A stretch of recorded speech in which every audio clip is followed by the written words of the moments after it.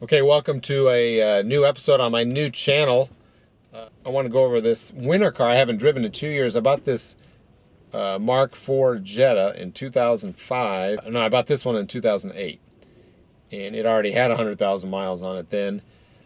But the heater just 2 years ago stopped working, so I stopped driving it. And I was doing some delivery work and everything at night. And it'd be about 80 degrees blowing out of the vent when it's minus 10 or even 12 degrees outside. You just don't get enough heat. So there's other videos that say it's the blend doors that have deteriorated, and I have a feeling that's what it is. So I'm going to pull the dash off. We're going to look into there. There's different diverters. There's the heater core. I'm going to clean that out and change the thermostat. So we're going to see if any of those will get the heat back in this car so I don't have to get rid of it.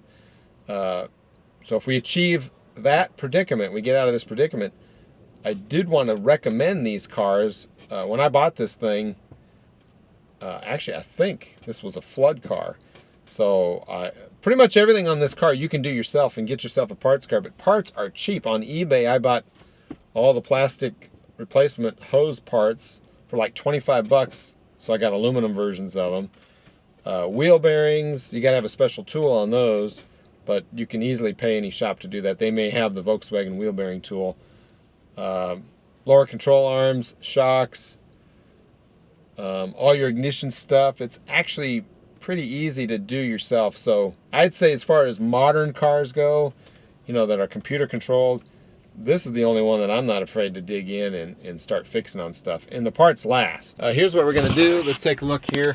So yeah, I'm only getting like 85 degrees. I shut it off. There's 71 now, but about 85 max out of these vents. This hardly gets any air at all. Nothing down in the floor. So we're gonna get into here just like other videos have said and see what we can find without breaking up all this plastic stuff. There's my Corvair. That thing actually, I was driving it in negative temperatures. Once you warm up the engine, if you got the carbs set right, it's an excellent car. Actually, the heat worked well, but I still have to seal up some things. And but anyway, so let's get to it and see if we can check off this predicament. Just to see what it's like outside. Extreme, very high winds blowing the sign around out there. Jeez, the dumpster might even move. Anyway, hopefully this steel building doesn't blow over, and so we're going back in here to the Volkswagen. And I just wanted to show you in just a number of seconds. Okay, here we go. Got some light here. I got the glove box door off. You got to take this bottom panel off. And then this console seems to be the most difficult part. So right now I'm going to take this outer area off, and let's see if I can get the radio out. So I think you might need some special tools for this. I just don't know. And what I did, I had to put a stick under the motor, under the tires, so the car don't roll forward. Whoops. Front windshield wipers. Okay, now let's see if I can. I gotta hit the brake. Darn it. All right, hang on, let's see here.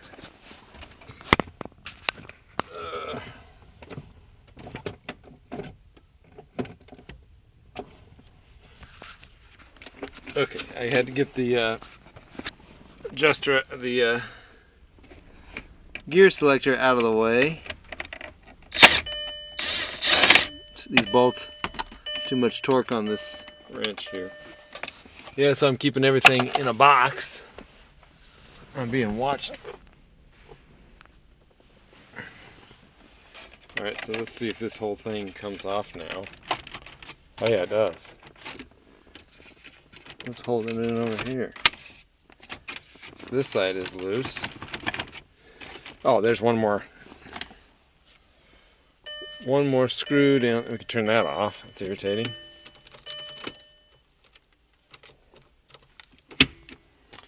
All right, let's see here. These Milwaukee tools are pretty darn awesome. All right, so keeping all my screws and bolts together here. Okay, so it looks like it's being hung up on here somehow.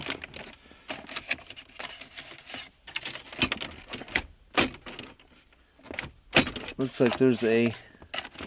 See, I can't get this thing out because this is in the way. So let me, I'll get back to you on, maybe I gotta take the face of this off first. Well, I got the radio out, but I found out I did it wrong. This plate here, let me get some plate over here. So when I back out, the whole thing came out, and all I had to do, take I have two of these. I use them to clean the cooling fins out of Corvairs. It's an old saw blade, and you just put this down, and it releases this catch, and the radio pops right out. So one of those things, I had no idea. So it looks like now I can pull this unit out. I just got to look in here to see what's still holding it all in. Well, after all that trouble, it turns out it's not the damper doors after all. Luckily, I looked before I pulled this thing out. Oh man, this is not something I do every day, so. But if I open, see the foam on there? It's clearly on that door. Get up here, yeah, see there? And the inside door, if you look very carefully, I'm trying to see if I can, I think that's the best I can do with the camera right there. But you can see that door there, and watch, see? The foam is in place. So, but it used to be ultra hot, and I put my little, I put this little scope camera that I use down in there, and the coils are free and the air flows through it, so it's got to be the inside of that heater coil, the heater core. So I'm going to get the engine hot and reverse those lines and see if I can clean them out more. That's got to be the issue. But I did run water with a faucet and clean all that out. So the only other problem that I could see, maybe you know, is maybe the water pump isn't putting out the pressure like it should. Is that possible? So anyway, I'm gonna heat up the engine and see if I can get that heater core hot. At least I can now get my hand down in there and test it that way. So stay tuned. Well, I'm on night number 2 and I am tired already. Basically, I'm just diagnosing this problem still. You know, the heater was working just very mildly, and it turns out the damper doors, the padding is in place, so the air is flowing through the heater core. So I pulled the lines off the heater core. I flushed water and air through them just to make sure they were dry out, so there's no standing water in there. But I'm going to verify that and pump some, I bought this CLR to run through there, and that'll pick up some of the deposits and probably help the heater run better, per some other suggestions. And then I'm going to change out the thermostat here, so those are all things that need to be done. Like I say, everything else in this car is good. There's no reason to sideline it just because of the heater. Yeah, so you can see here, these lines, they snap off. These cars are actually really easy to work on. So these lines, they snap off really easy. And using a garden hose like this one here, you can just push this right up against here and flush the water out. Now I already did it. I think I got all the water out of there now. You could also, I use compressed air, but you could also use a shop vac. But again, and then the next thing I'm going to do, hiding right down in here, is the thermostat. I have a new one, so I'm going to pull the alternator off and replace that.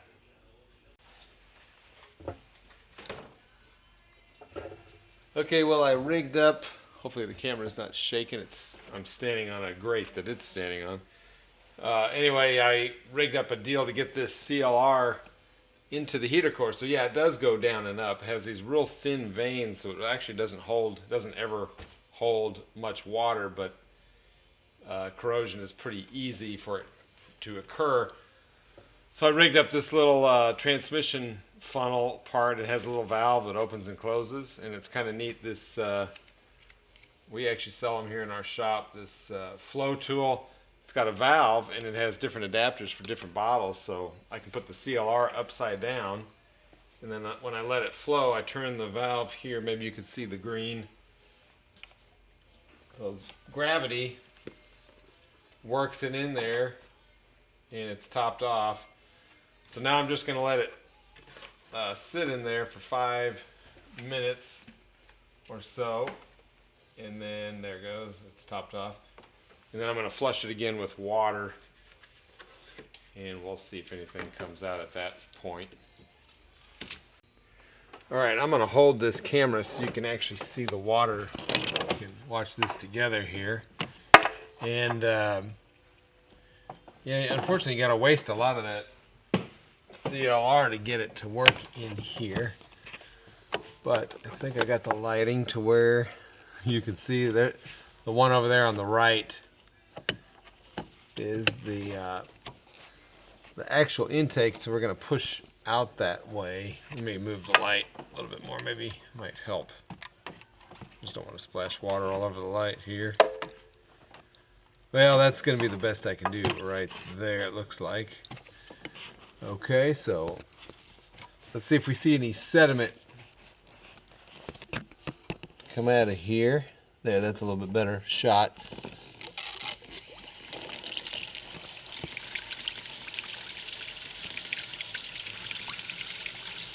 Well, I couldn't visibly see anything, but the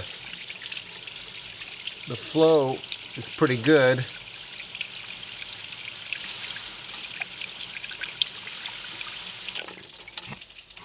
It's getting on my lamp here. Hang on, let me try something else. There we go. Okay, now I'm going to flow it the other direction, and I'll repeat that. So much stuff in the way. Alright, let's see if we can get that on there. There. Well, looks like something came out right there at the beginning. Now there was a lot of black sludge. I did this before with just water a long time ago.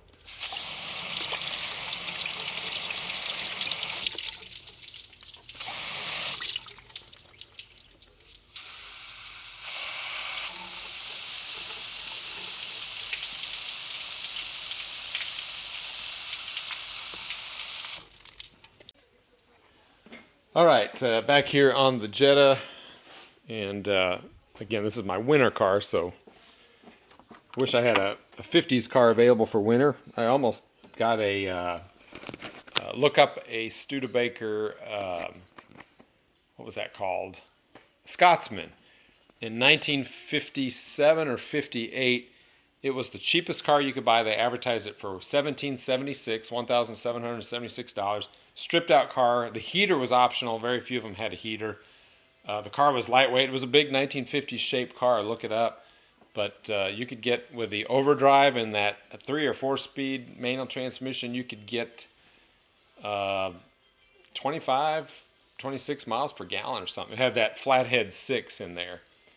But anyway, this car has served me quite well, and I boiled both thermostats, the old one and the new. These are 87 Celsius, should be about 190 Fahrenheit. But the old one, that part of the problem with the heater, it was opening early, and it opened at quite a faster rate.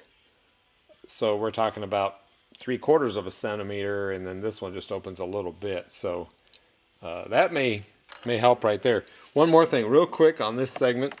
I got my camera here. While you've got the thermostat off on these Mark IV engines, you can see the water pump right there. You shouldn't be able to move it around.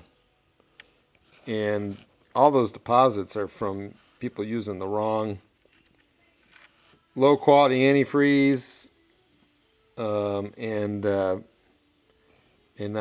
not checking that system frequently. Oh, one more thing. There's a little notch that this is going to fit in. So shake that thermostat really good. I apologize if you can't see. But wiggle it in there because it wants to fall out of that. There's a notch. It'll fit right in. Because I'm holding the camera, it's a little bit more difficult than earlier, I guess, because I'm blocking my own vision. But anyway, let me see. So if you can see that, it's centered. But the secret. I always say it like that on movies. The secret. One secret is when you put this flange back on, this mount for the alternator and AC and all that, make sure you put it straight on. You know, don't let it rock because you don't want to loosen that. And the O-ring fits in here just perfectly. Some people use gasket sealer and stuff, but I looked it up. Volkswagen says don't do that.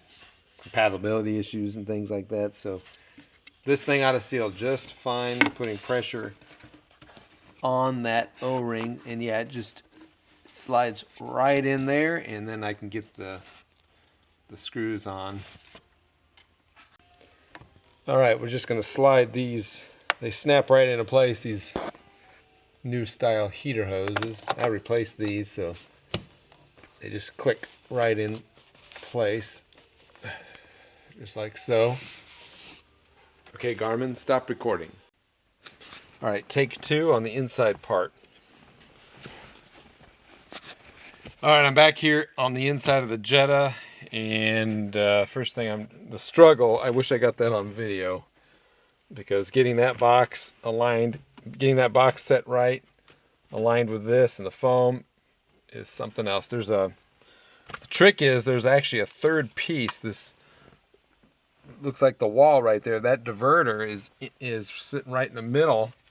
And before, I'd never got good airflow out of this vent because that thing was laying down. So now it divides the air perfectly between here and the defrost side, I believe is how it works. But anyway, the secret to putting this thing back in, let me turn off this flashlight. You need 2 hands. So one hand is going to be underneath here, and there's a perch that cups up on a railing underneath here, and then as you're pushing up, there's that tab that's back behind this glove box, back through here, and you've got to pull that tab up and over. You can't get the camera in there really to see it, but you got to get the tab up and over in the middle. And then it'll lock itself in place. And the outlet from the air conditioner and the heater core will be lined up with the foam behind there. All that you can feel with your hand. Take one part, I don't know, 3 or 4. Okay, this diverter that I mentioned earlier, this third piece of plastic that goes in here, that's actually very important. I said, I misspoke. I said it was for the defrost, so the half the air can go that way. No, it's the back of the duct, which if you don't put that back in, you're not going to get the flow out of your other 2 side ducts. And that explains why the air was never proportionate on mine properly. So just wanted to throw that one out. I'm learning as I go. Well, isn't that something now? I lost. What is this here? Something broke off. Oh. 2 screws that I can't even find my flashlight. Oh, there it is. I've got those little magnetic dishes, and I should have used them somewhere on here. But look at all this wiring just for this. You put this thing back in here. all that just to pick up WKRP in Cincinnati. But actually, this stereo in here does sound excellent.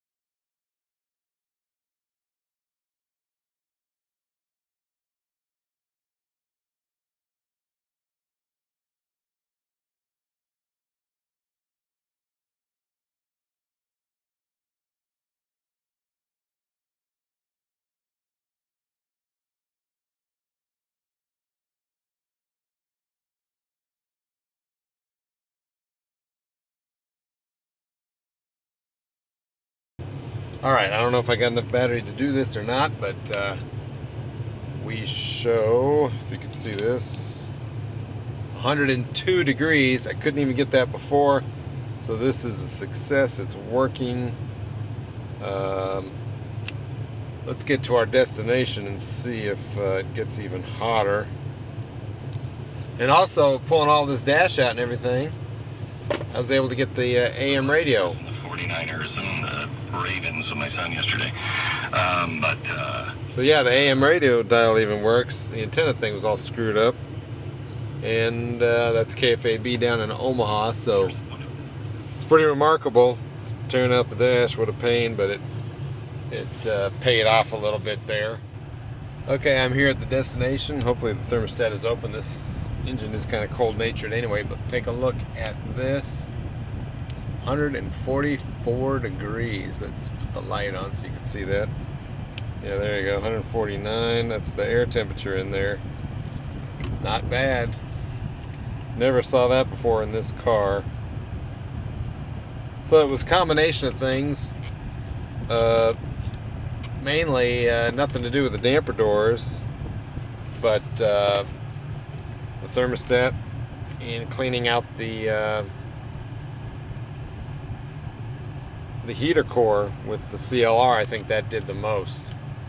But at least getting in here, I got to fix the antenna on my radio. I would never get AM before. I was actually going to drill a hole and put my own antenna out there because this has that powered antenna, which got all corroded, and just fiddling around with the wires. There was a little power wire. I don't know what I did. I plugged it in and now it works. So that's the end of this story. The Jetta now has heat for the South Dakota winters. And if you enjoyed these types of videos, I'd appreciate if you'd subscribe to us. At least hit the like button, and that will get us up higher in the algorithm. Of course, we've got a lot of plans here, so I think you'll enjoy it. Thanks and take care.